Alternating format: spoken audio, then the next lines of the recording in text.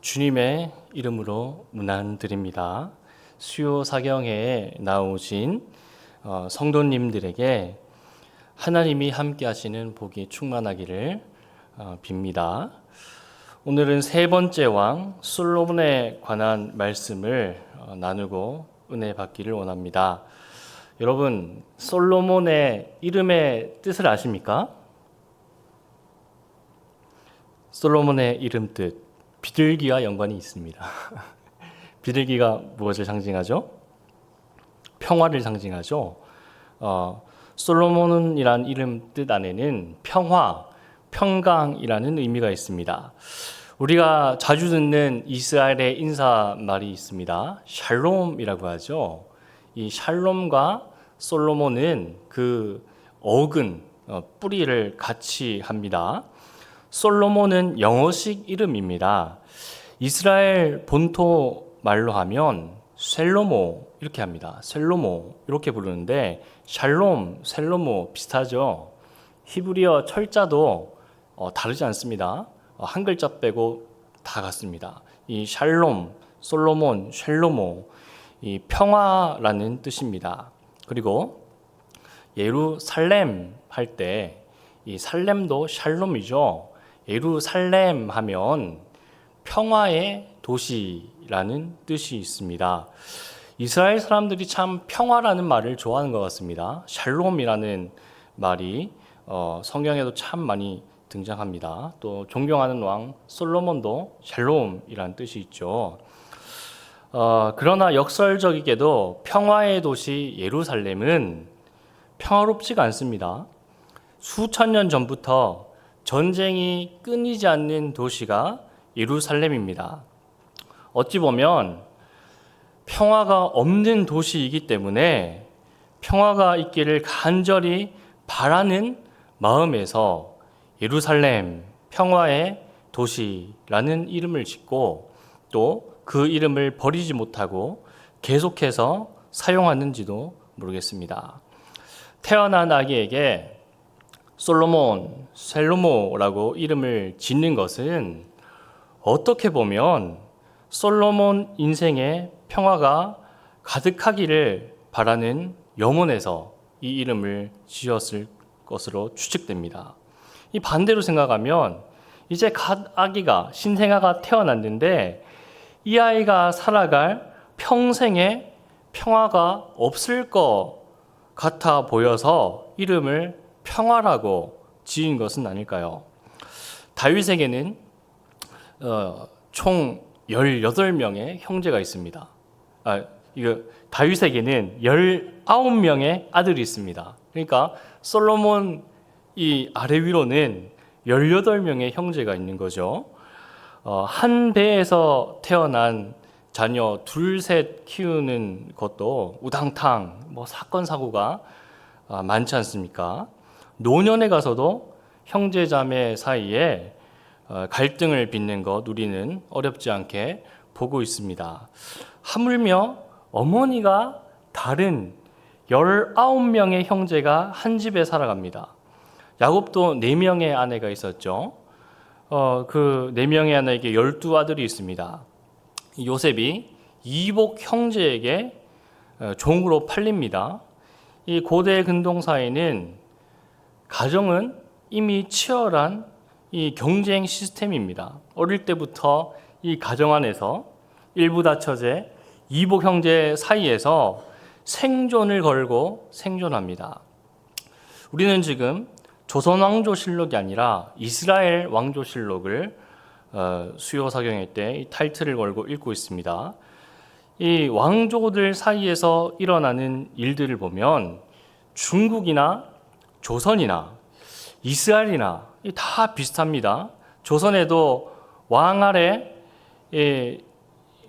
여러 이제 어머니가 다른 아들들이 있습니다. 그리고 한 명만 왕이 되고 왕에서 탈락한 수많은 왕자들은 유배를 가거나 숨죽이고 살아갑니다. 또 신하들의 역모에 엮여서 목숨을 잃는 왕자들이 있었다는 것도 우리는 알 수 있습니다.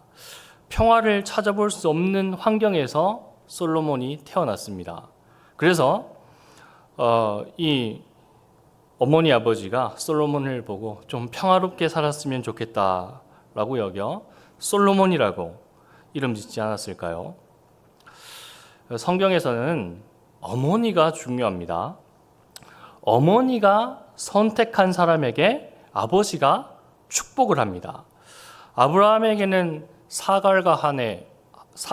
사라와 하갈 두 아내가 있었습니다. 사라의 아들이 선택을 받습니다. 이삭에게도 두 아들이 있죠. 에서와 야곱 두 아들이 있는데 리브가가 선택한 아들이 아버지의 축복을 받습니다. 장자권을 받죠. 요셉도 마찬가지입니다.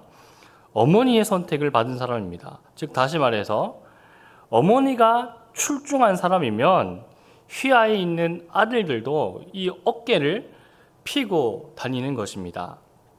아버지는 한 분입니다. 왕은 하나인데 어머니에 따라서 이 왕자들의 신분이 달라지지 않습니까? 중전마마에게서 난 아들들과 후궁에서 난 아들들, 아버지는 하나인데 어머니에 따라서 아들들의 신분이 달라집니다. 솔로몬의 어머니가 누구입니까? 밧세바입니다. 다윗이 시나 우리아를 죽이고 빼앗은 아내가 밧세바입니다. 그리고 솔로몬은 밧세바의 몇 번째 아들일까요? 여러분 아시나요? 몇 번째 아들일까요? 좀 많이 나왔어요. 보세요. 여기 딸 네 사람은 암미엘의 아들 딸 바수아라고 되어 있는데 밧세바입니다. 이 다윗과 밧세바 사이에서 4명의 아들이나 있었습니다. 그리고 거기서 막내가 솔로몬입니다. 다윗의 아들이 19명이죠. 그리고 밧세바의 아들이 4명입니다. 거기서 또 막내가 솔로몬입니다. 이 솔로몬의 첫 번째 형은 살인과 간음의 사건의 결과물입니다. 그래서 밧세바가 유산을 하죠. 먼저 얻었던 아들은 세상의 빛을 보지 못합니다. 그렇다면 솔로몬과 그 형제들은 살인과 간음의 결과물들입니다. 밧세바가 궁궐 안에서 제대로 얼굴을 다닐 수 있었겠습니까? 그녀의 아들 솔로몬은 이 위로 형들이 있습니다. 아버지와 함께 산전수전 다 겪은 형들, 정쟁터를 누볐을지도 모르는 그 형들 틈바구니에서 솔로몬이 어깨를 펴고 다닐 수 있었겠습니까? 태어날 때부터 솔로몬에게는 평강의 여지가 전혀 보이지 않습니다. 그런 솔로몬에게 하나님이 찾아오십니다. 말씀을 함께 읽겠습니다. 시작. 선지자 나단을 보내 그의 이름을 여디디야라 하시니 이는 여호와께서 사랑하셨기 때문이더라. 아멘. 여기 나와 있는 나단 선지자는 다윗이 우리아를 죽이고 밧세바를 범했을 때 유일하게 책망했던 사람입니다. 죄도 힘이 있고 권력이 있어야 지을 수 있습니다. 큰 죄일수록 그렇습니다. 다윗이 최고의 정성기를 누빌 때 지은 죄가 바로 밧세바 사건입니다. 그것을 꾸짖었던 사람이 나단 선지자이죠. 하나님께서 나단을 통해서 크게 책망도 하시지만 또 이렇게 품으시면서 사랑한다, 아낀다, 또 말씀도 해주십니다. 태어난 솔로몬을 축복해 주십니다.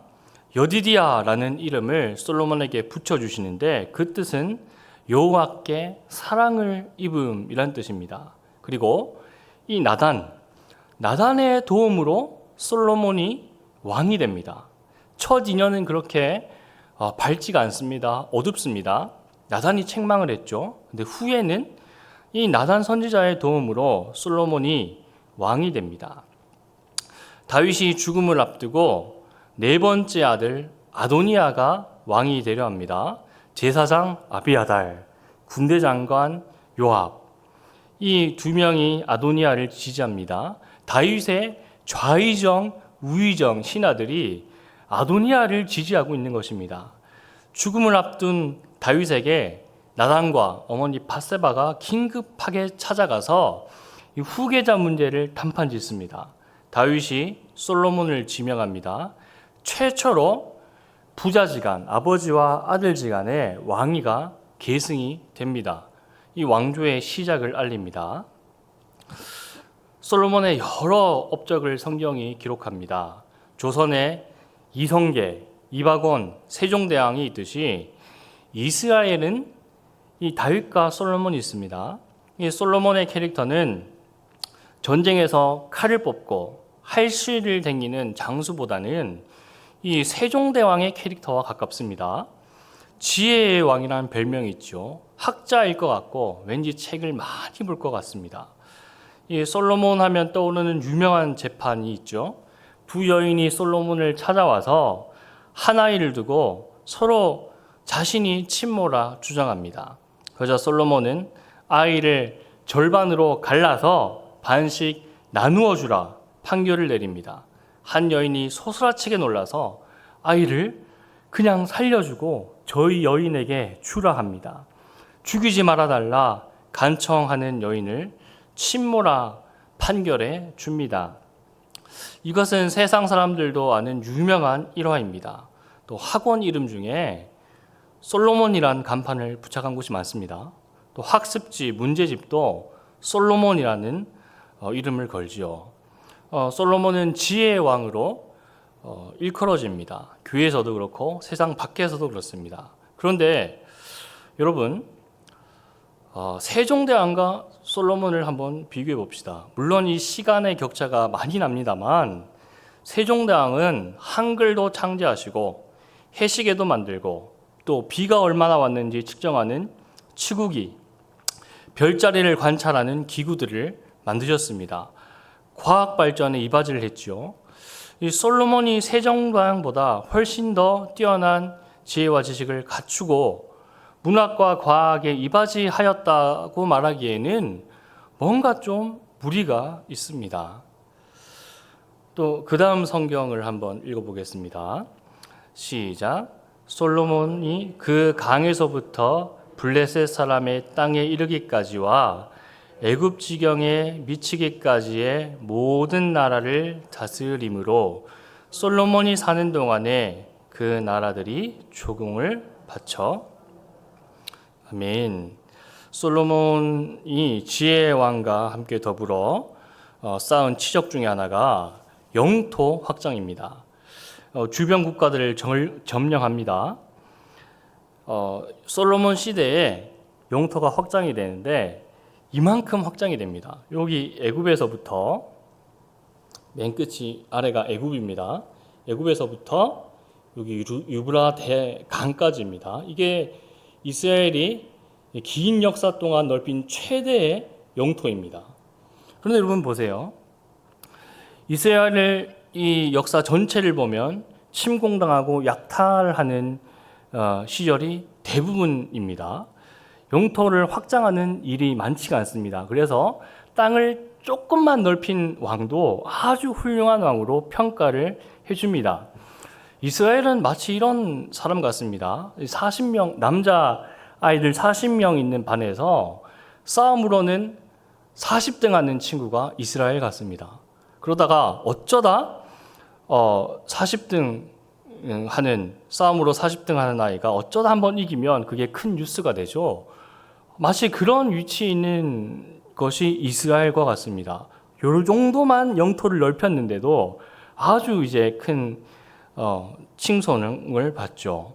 주변에 있는 약소국 정도를 제압하는 정도입니다. 밑에 있는 애굽을 정벌한 것도 아니고 이라크 땅, 그 메소포타미아 지역도 정벌한 것이 아닙니다. 징기스칸에 비하면 경이로운 영토 확장을 했다라고 볼 수 없습니다. 우리나라 역사에 고구려의 광개토 대왕만큼 영토를 확장한 것도 아닙니다. 그래서 솔로몬은 이런 칭송을 성경에서 받고 있죠. 또 여러 토목 사업을 하는데 성전 건축과 왕궁, 후궁들의 궁궐까지 건축을 합니다. 그러나 이 건축의 치적도 중국의 만리정성과 같이 세계 역사에 족적을 남길 만한 건축물들이 아닙니다. 가까운 이집트에 있는 피라미드에 비교하자면 소박한 건축물들을 솔로몬이 쌓아 올린 것입니다. 지혜가 넘치고 영토를 확장하고 건축 사업을 탁월하게 해서 솔로몬이 성경에서 좋은 왕으로 기록된 것이 아닙니다. 이 정도 치적은 조선에 있는 왕, 중국에 있는 왕들이 더 탁월하게 세웠습니다. 또 세자 책봉과 왕위 승계 과정에서 피바람이 부는 것은 조선왕조실록에도 읽을 수 있는 이야기입니다. 그러나 이 조선왕조실록에서 없는 것이 성경에 있습니다. 인간의 역사 다 비슷하게 흘러갑니다. 그러나 유일하게 성경에만 있는 왕의 이야기가 있습니다. 그것이 특별한 것이며 그것이 진리입니다. 솔로몬이 왕이 돼서 한 일이 있습니다. 중국의 왕, 조선의 왕도 하지 못한 일인데 이스라엘 왕 솔로몬만이 한 일입니다. 우리 성경 말씀 한번 읽어보겠습니다. 다 함께 봉독합니다. 시작. 주는 이제 내게 지혜와 지식을 주사 이 백성 앞에서 출입하게 하옵소서.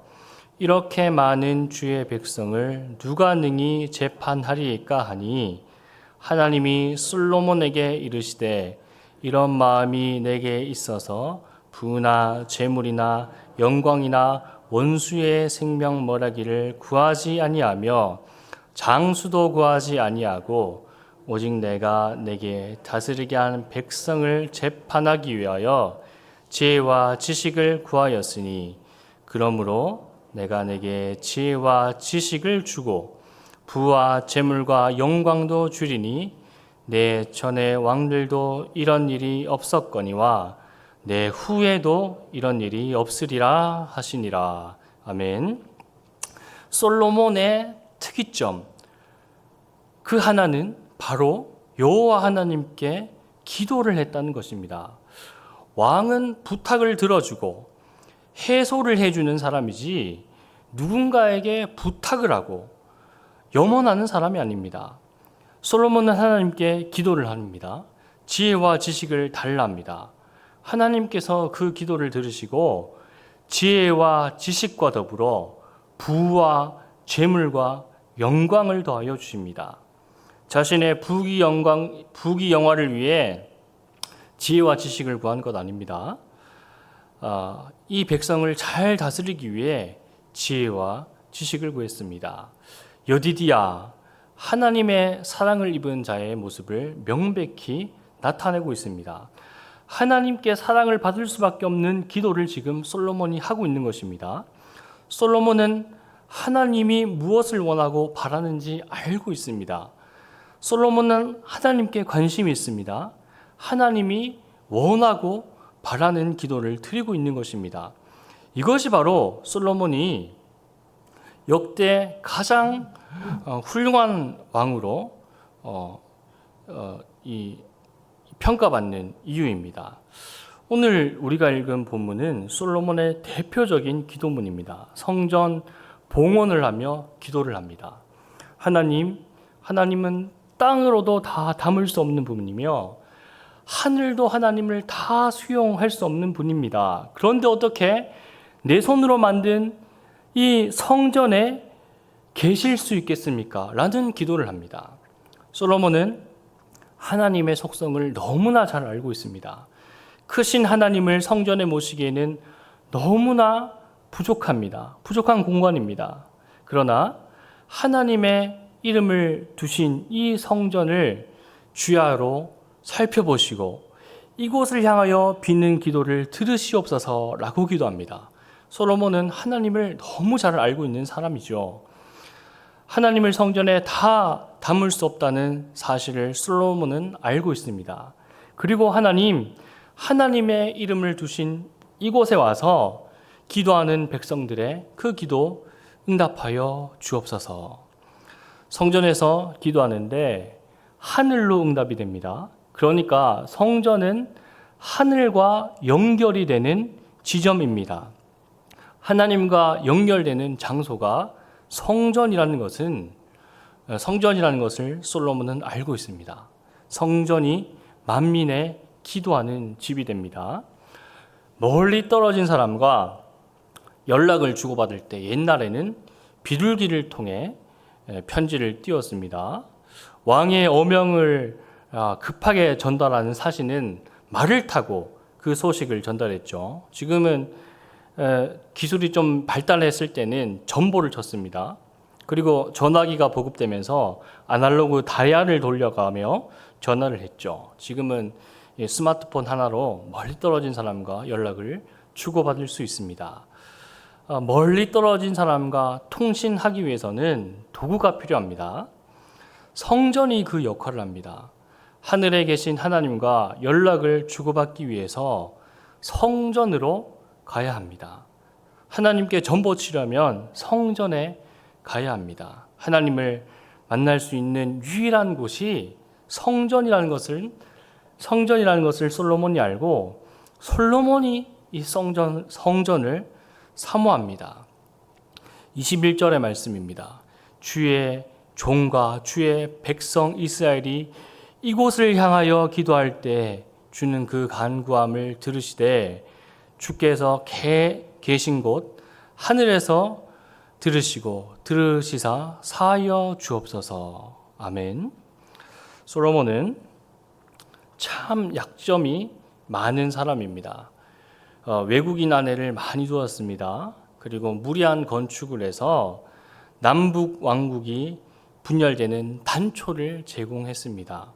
업적이 많은 만큼이나 실수도 많은 왕입니다. 그러나 성경에서 그를 중요한 인물로 평가하는 이유는 기도하는 왕이었기 때문입니다. 이 성경에 기록된 왕들이 다 기도한 것 같지만 그렇지 않습니다. 기도하는 왕이 별로 없습니다. 근데 솔로몬은 기도하는 왕이었습니다. 하나님께 관심을 두고 하나님을 높은 왕이기 때문에 하나님이 솔로몬을 높여주고 계십니다. 솔로몬의 이름의 뜻대로 하나님은 그에게 평강을 내려주십니다. 태평성대의 시대를 열어주셨습니다. 살아남기 위해 치열하게 경쟁할 수밖에 없는 세상에 놓여진 우리입니다. 긴장의 끈을 잠시 놓으면 모든 것이 무너져 버릴 것 같은 세상 속에서 우리는 살아가고 있습니다. 그리고 나는 유명한 유력한 집안에 속하지 않았습니다. 금수저를 물고 태어난 사람도 아닙니다. 나의 가족사를 살펴봐도 우리아와 밧세바 같은 약점이 고스란히 남겨져 있습니다. 우리 이 시간 기도하며 나아가길 원합니다. 주님, 저희를 불쌍히 여겨 주옵소서. 저희를 긍휼히 여겨 주옵소서. 세상의 풍파를 고스란히 맞아 상처 투성이지만 여디디아 여호와의 사랑을 받는 자로 여겨 주시옵소서라고 시간 다 함께 찬송하며 나아가겠습니다.